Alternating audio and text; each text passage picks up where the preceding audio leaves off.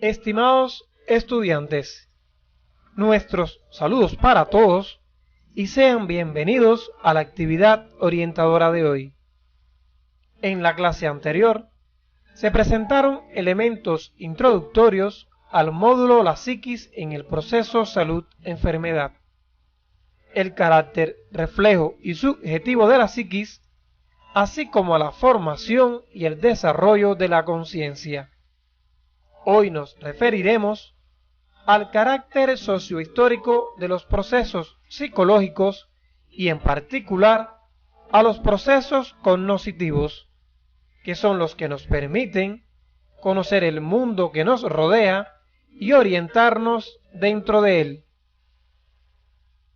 Al concluir el estudio de estos contenidos, serán capaces de explicar el carácter sociohistórico de los procesos psicológicos en el proceso salud-enfermedad e interpretar la relación entre lenguaje y cognición en las conductas humanas ante la salud.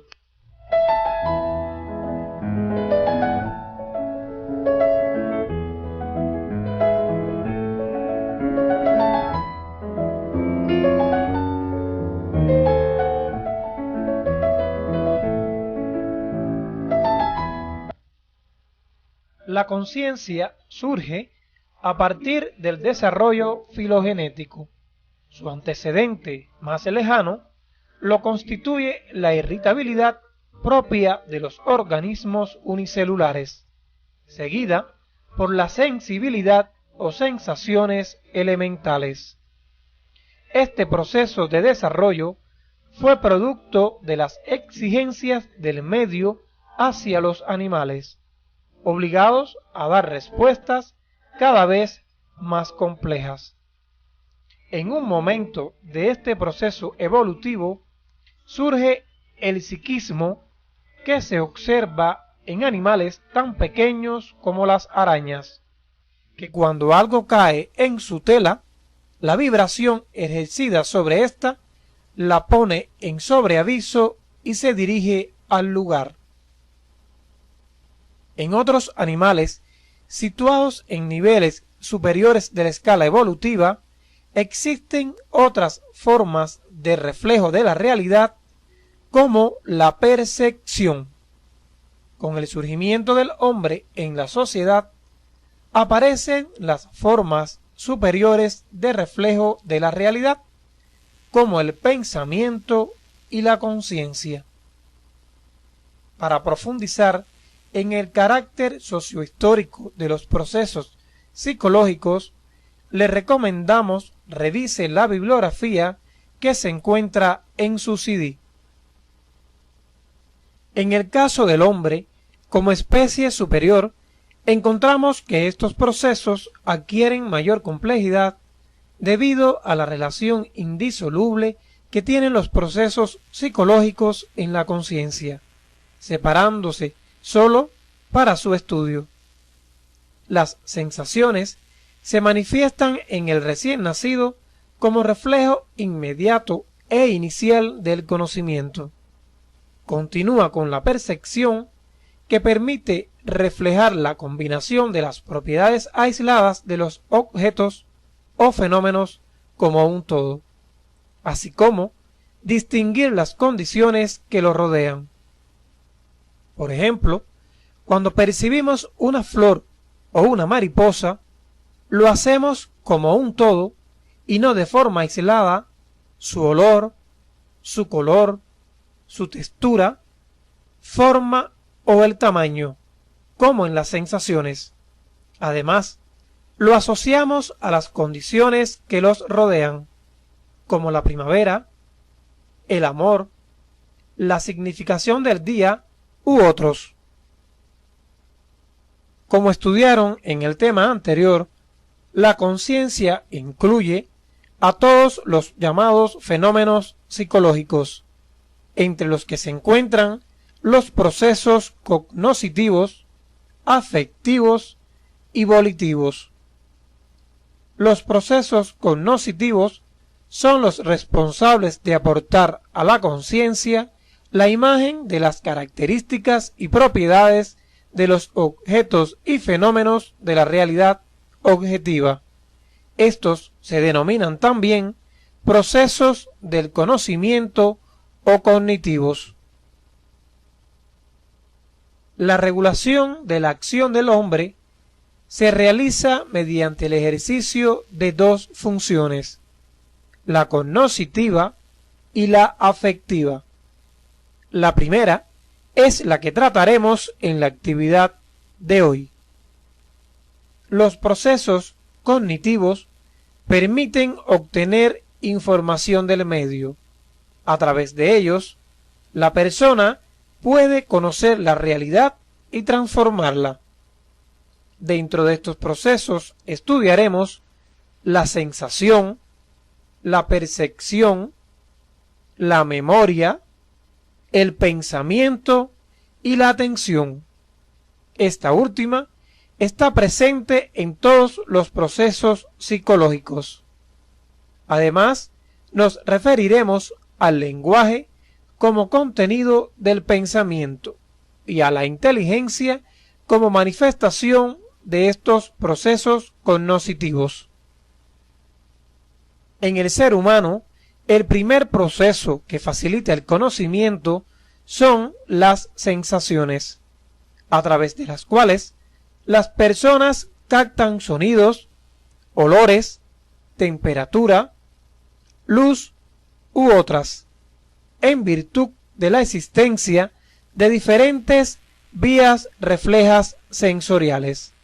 Recuerden de la asignatura Morfofisiología Humana 2 que estas son las encargadas de procesar la información proveniente del medio externo e interno del propio individuo. Se define como sensación al proceso que refleja las propiedades aisladas de los objetos y fenómenos de la realidad, así como el estado interno del organismo.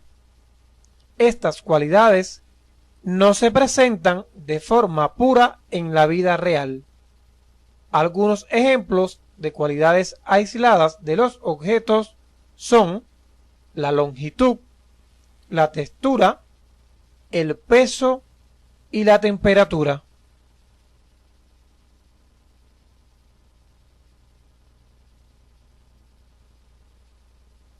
Las sensaciones se clasifican atendiendo a la ubicación de los receptores, por lo que pueden ser ecteroceptivas, propioceptivas e interoceptivas. Las ecteroceptivas se corresponden con las sensaciones que se reciben a través de los receptores ubicados en la superficie del cuerpo, provocados por estímulos a distancia o por contacto, y son los llamados comúnmente órganos de los sentidos. Como ejemplos de sensaciones ecteroceptivas tenemos las gustativas, táctiles, olfativas, visuales y auditivas. Las propioceptivas son el resultado de las señales que reciben los receptores situados en músculos y articulaciones. Nos facilitan el desarrollo de movimientos y el sentido de la posición. Y por último, dentro de este eje de clasificación, tenemos las sensaciones interoceptivas, que son las que guardan relación con aquellos receptores ubicados en el interior del organismo y las vísceras, o sea, los receptores situados en órganos y tejidos. Por ejemplo, un dolor abdominal está presente en las vísceras que se encuentran en el interior del organismo, aunque pueden ser al mismo tiempo esteroceptivas si se irradia al exterior del cuerpo. De esta manera, podemos decir que la sensación constituye el conocimiento inicial y más elemental. Sirve de base para la formación de un proceso más complejo que aumenta las posibilidades del conocimiento, y nos referimos al proceso de percepción.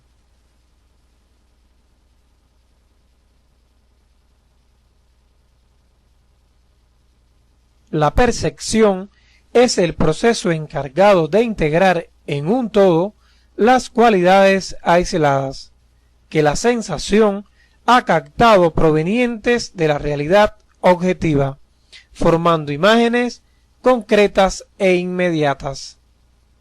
Se pueden clasificar en visual, auditiva, táctil, entre otras, según el analizador que predomine en el proceso. Lo característico es que se produzcan percepciones complejas donde intervienen varios analizadores. Por lo tanto, se habla de percepción del espacio, del tiempo y del movimiento.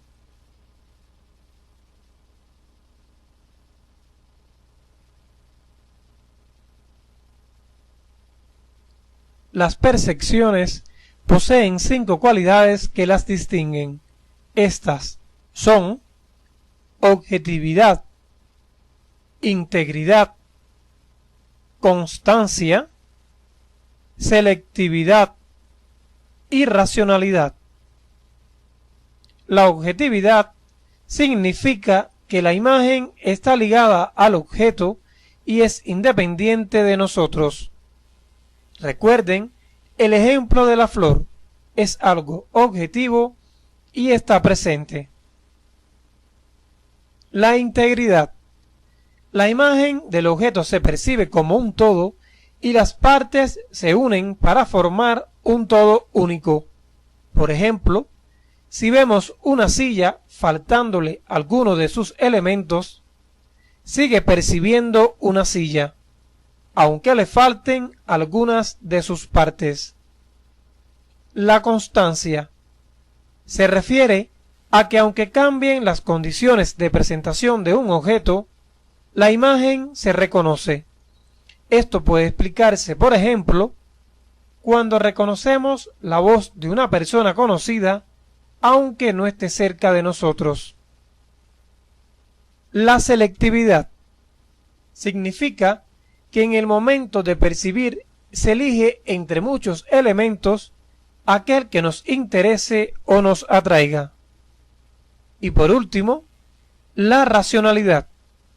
Esta simboliza que la imagen del objeto está ligada siempre a una categoría verbal. El ejemplo inicial, al percibir una flor, inmediatamente la conceptualizamos.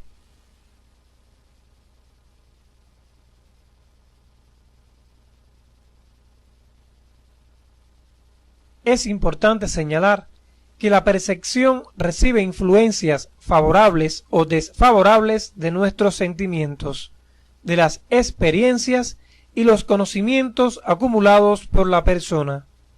A esta característica se le denomina apercepción.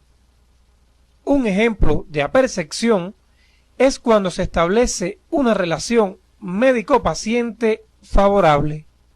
La percepción del profesional que tiene el paciente fue positiva, por eso regresa a la consulta. Lo contrario ocurriría si la relación no fuese satisfactoria.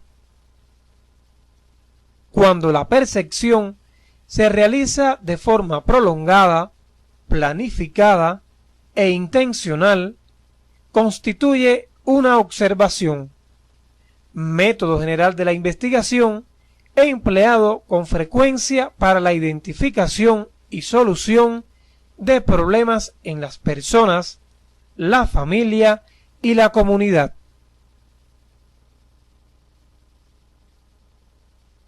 Si el hombre viviera sin seleccionar los infinitos estímulos que recibe del medio ambiente, viviría en el caos por el exceso de estos. Existe un estado psicológico especial que le permite a las personas seleccionar y concentrarse en determinada imagen.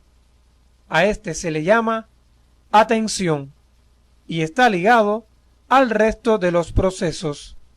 Se puede definir entonces como la orientación selectiva de los procesos psíquicos hacia determinado objeto o fenómeno.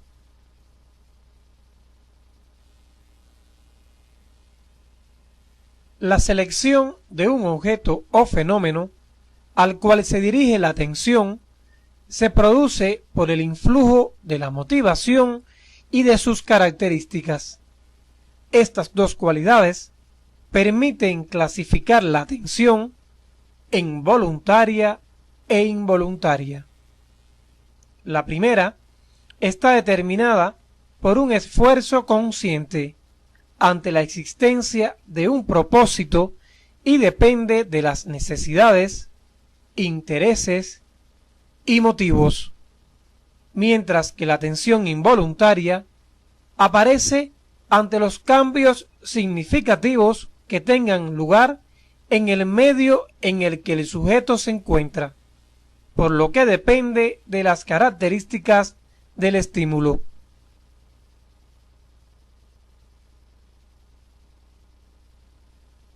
La memoria es un proceso cognoscitivo de importancia vital, muy relacionado con la percepción y el pensamiento.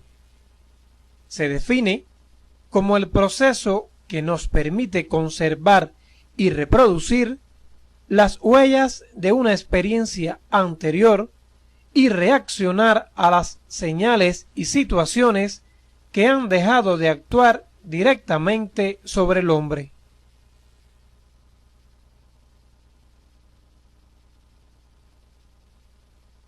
La memoria posee dos procesos fundamentales: almacenamiento y recuperación. El primero nos permite guardar los conocimientos anteriores, es decir, lo pasado. La forma en que se guardan va a determinar en cómo se pueden recuperar. El proceso de recuperación consiste en que la experiencia sea actualizada para poder utilizarla. Por ejemplo, si el estudiante realiza cuadros sinópticos a la hora de estudiar, podrá almacenar los contenidos y recuperar los elementos teóricos de una manera más efectiva que si los estudia tal cual aparecen en los libros de textos. Es importante tener en cuenta que existen varias formas de clasificar la memoria. Una de ellas es teniendo en cuenta el tipo de almacén de la información y la otra es según el tipo de actividad que realiza el hombre, es decir, voluntaria e involuntaria. Esta última, ustedes podrán estudiarlas en la bibliografía que aparece en su CD. Según el tipo de almacén, la memoria puede clasificarse en memoria sensorial, memoria a corto plazo y memoria a largo plazo. La memoria sensorial es el lugar al que acceden todos los estímulos, donde se hace una copia fiel y se codifican. Este registro es igual al estímulo como una fotocopia. Si el estímulo es visual, el registro será una imagen mental fotográfica. Si es sonoro idéntico, será una imagen mental sonora. Esta información dura aproximadamente un segundo o menos y tiene capacidad limitada. Al entrar información nueva, desaparece la información anterior.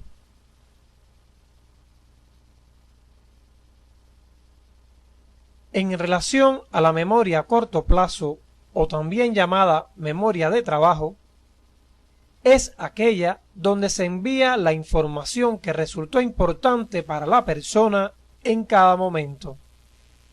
Se describe con una duración de 30 segundos a 1 minuto. Si es significativa para la persona, pasa a la memoria a largo plazo, y si no lo es, desaparece. Un ejemplo de esta memoria es cuando a un estudiante se le pregunta de inmediato ¿qué es la memoria? Durante 30 segundos a 1 minuto, esta respuesta se encuentra en la memoria a corto plazo. Si este contenido resulta importante para él, pasa a la memoria a largo plazo, o sea, permanece durante un largo periodo de tiempo. Otro ejemplo es cuando se observa una video orientadora y al finalizar esta puede darse cuenta que no la recuerda en su totalidad, solo algunos fragmentos, porque estos pasaron a la memoria a largo plazo, ya que les fueron significativos y llamaron su atención. El resto estuvo en la memoria a corto plazo y desapareció. Si usted quiere recordarlo, tendría que volver a ver la video orientadora o revisar la literatura relacionada con el tema. En relación a la memoria a largo plazo, es aquella que tiene una capacidad aún desconocida y la información puede estar almacenada durante mucho tiempo, en ocasiones muchos años. Un ejemplo de esta puede ser recordar algunas cosas o sucesos ocurridos en nuestra primera infancia, y sin embargo, otras no las recordamos. A modo de resumen, podemos decir que la memoria sensorial sirve para que la información esté presente el tiempo necesario para darnos cuenta y poder seleccionarla, pasarla a la memoria a corto plazo para ser utilizada o enviarla a la memoria a largo plazo si nos interesa conservarla. Los contenidos almacenados en la memoria se presentan en diferentes formatos, como son en forma de imágenes mentales. Estas son imágenes de objetos como pueden ser una pelota, un búcaro, un automóvil, una casa. Otro formato es el verbal o lingüístico, donde las representaciones son en forma de palabras, frases u oraciones. Y por último, la representación proposicional o abstracta, que consiste en juicios o formulaciones lógicas, como por ejemplo, cuando conceptualizamos y diferenciamos a través de un juicio que el gato es un animal, el hombre es un mamífero, la silla es un mueble, la honestidad es un valor, entre otras. Es importante que ustedes comprendan que los procesos cognitivos permiten el reflejo de la realidad. Estos pasan por diferentes niveles de profundidad, desde los más elementales como las sensaciones y las percepciones que transitan por la memoria, hasta llegar al más complejo de los procesos, el pensamiento. Definido como el reflejo generalizado y mediatizado de la realidad, socialmente condicionado e indisolublemente ligado al lenguaje. Está dirigido a la búsqueda de lo sustancialmente nuevo, nos ayuda a resolver problemas y a llegar a lo que no se ve de forma inmediata. Hay que descubrirlo. El pensamiento se caracteriza por ser un reflejo indirecto, que opera con representaciones y generalizaciones de la realidad a través del análisis y de la síntesis. Es decir, no está dado directamente por los órganos de los sentidos. Por ejemplo, cuando un médico ausculta el aparato cardiovascular en un lactante y se escucha un sonido semejante a un soplo, percibido a través de nuestro sistema auditivo, nos representamos inmediatamente un problema cardiovascular. Surge del conocimiento sensible, pero lo rebasa. Es decir, la actividad mental se nutre del conocimiento de nuestras percepciones o sensaciones y va más allá. A manera de ejemplo, esta característica se manifiesta cuando el profesor llega al aula y no solo observa a sus estudiantes, sino que puede establecer un juicio o una valoración de cada uno de ellos. Otra característica del pensamiento es que resulta imposible sin el lenguaje. Solo mediante la palabra se pueden extraer del objeto sus propiedades, conceptualizarlas y trasladar nuestras ideas o pensamientos a otras personas. Por ejemplo, para informar al director el criterio de que los estudiantes son excelentes, el profesor se basa en que la asistencia a clases es buena, la atención es adecuada y obtienen muy buenos resultados docentes. Por último, el pensamiento posee naturaleza social, dado al nexo estrecho que tiene con el lenguaje. El desarrollo intelectual se realiza necesariamente en el proceso de asimilación de conocimientos elaborados por la humanidad, en el transcurso de su desarrollo histórico-social.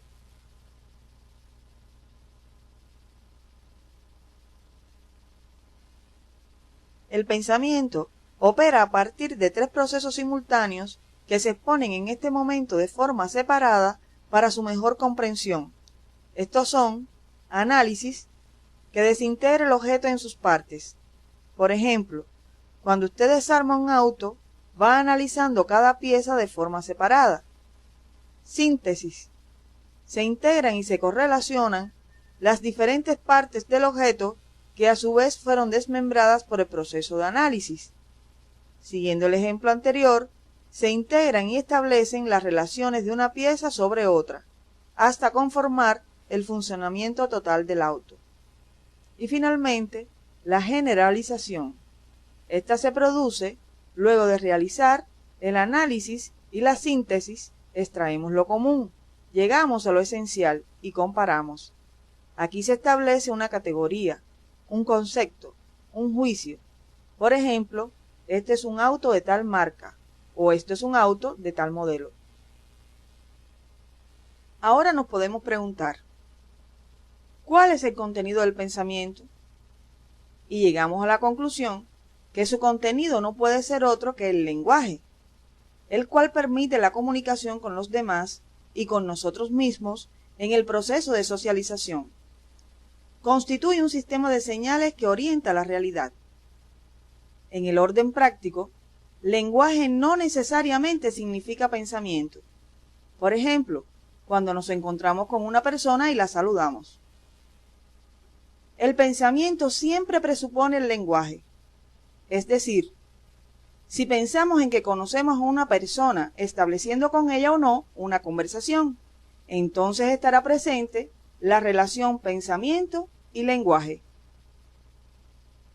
El lenguaje posee funciones trascendentales en el desarrollo del hombre y en el surgimiento de su conciencia, como son: primero, la transmisión de la experiencia histórico-social del hombre, que le permite acumularla y no aprender solo de la experiencia individual como los animales.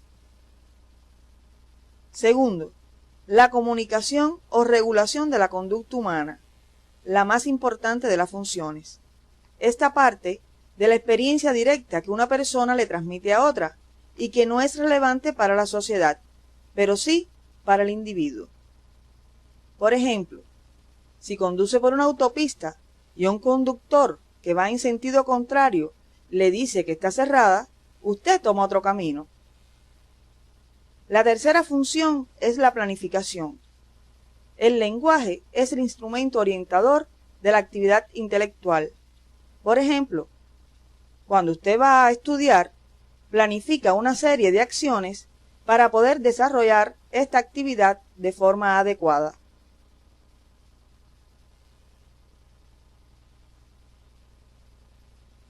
Los procesos cognitivos son comunes a todos los hombres.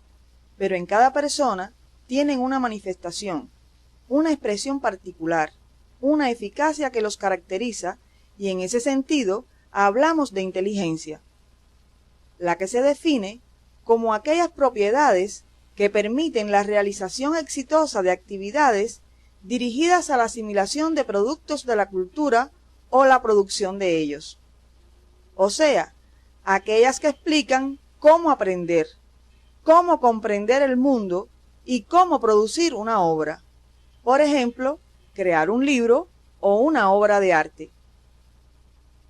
Existen dos criterios fundamentales en la determinación de la inteligencia. Uno relacionado con el aspecto genético y otro de naturaleza ambiental o social. Los que apoyan la naturaleza genética o innata plantean que posee un carácter heredado y por consiguiente las diferencias individuales se producen por la herencia, las cuales se cuantifican a través de los test psicométricos, los que nos permiten medir el coeficiente de inteligencia de una persona. Los que plantean que la inteligencia tiene una naturaleza ambiental o social, consideran que ésta surge de los intercambios con la familia, la educación y el medio ambiente. Este es un enfoque cualitativo, basado en la estimulación de mecanismos y estructuras que la integran, y así potenciar un trabajo de formación para mejorar el rendimiento de personas supuestamente menos dotadas. En este momento pudiéramos preguntarnos, ¿somos inteligentes para unas cosas y para otras no? La respuesta a esta inquietud está dada en los enfoques contrapuestos que han existido en relación a la inteligencia. La inteligencia general, llamada factor G o enfoque tradicional, explica que existe una inteligencia global o única que predice el éxito de la actividad por el valor cuantitativo del coeficiente intelectual, explicando el éxito en todo o el fracaso en todo. El otro tipo de inteligencia reconocida son las inteligencias múltiples. A diferencia de la inteligencia general, que plantea una capacidad única para el desarrollo exitoso de la actividad, existe otra concepción que plantea la existencia de múltiples capacidades, como un abanico de inteligencias, reconociendo 7 tipos diferentes. La lógico-matemática, relacionada con el pensamiento científico y matemático, asociado al razonamiento deductivo. La inteligencia lingüística, frecuente en los poetas y repentistas, que se asocia con el razonamiento verbal. La espacial, presente en pintores, ingenieros, marinos y diseñadores. La inteligencia musical, dada por el sentido del ritmo y las habilidades para tocar instrumentos, propia de músicos y sonidistas.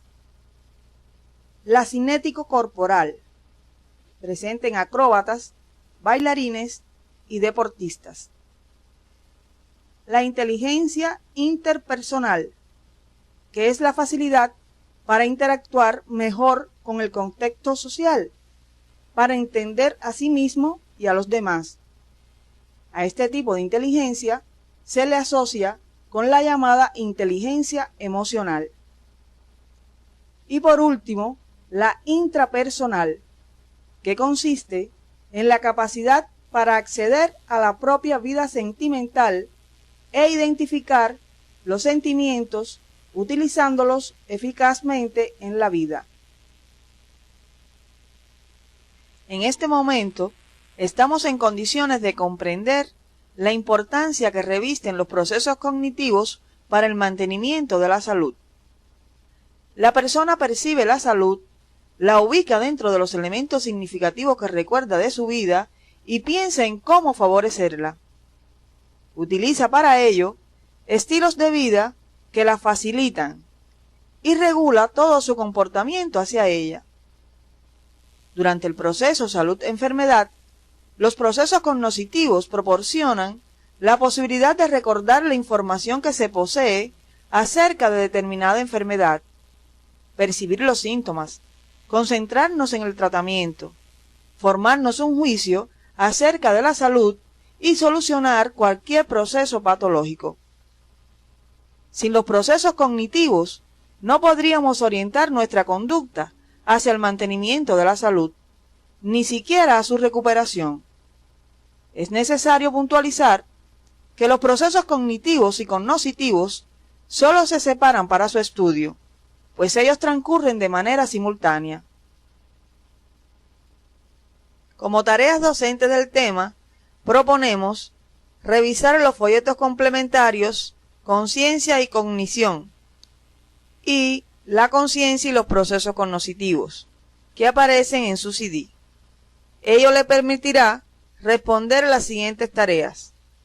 Primero, referente a los procesos cognitivos estudiados, confeccione un cuadro comparativo entre sensación, percepción, memoria y el pensamiento en cuanto a los siguientes aspectos: naturaleza de los mismos, reflejo de la realidad que permiten, características, clasificación y tipos de procesos cognitivos.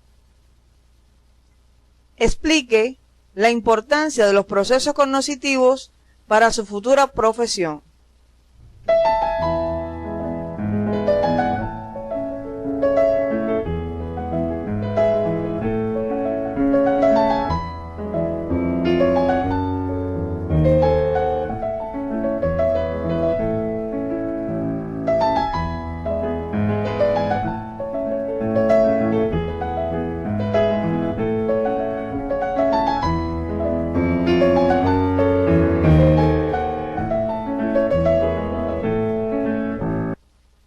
Segunda tarea. Identifique en la siguiente situación los procesos cognitivos que se manifiestan en el médico. Al consultorio llega un paciente angustiado, refiere fuerte presión en el pecho, palpitaciones y falta de aire, casi siempre relacionado con mucha carga de trabajo. El médico lo escucha atentamente y formula preguntas acerca de su trabajo y relaciones familiares. Luego realiza el examen físico e indica los complementarios necesarios. Al analizar los resultados, recuerda las normas para diagnosticar una hipertensión y establece el diagnóstico de cardiopatía hipertensiva. Finalmente, le indica tratamiento y le programa reconsulta.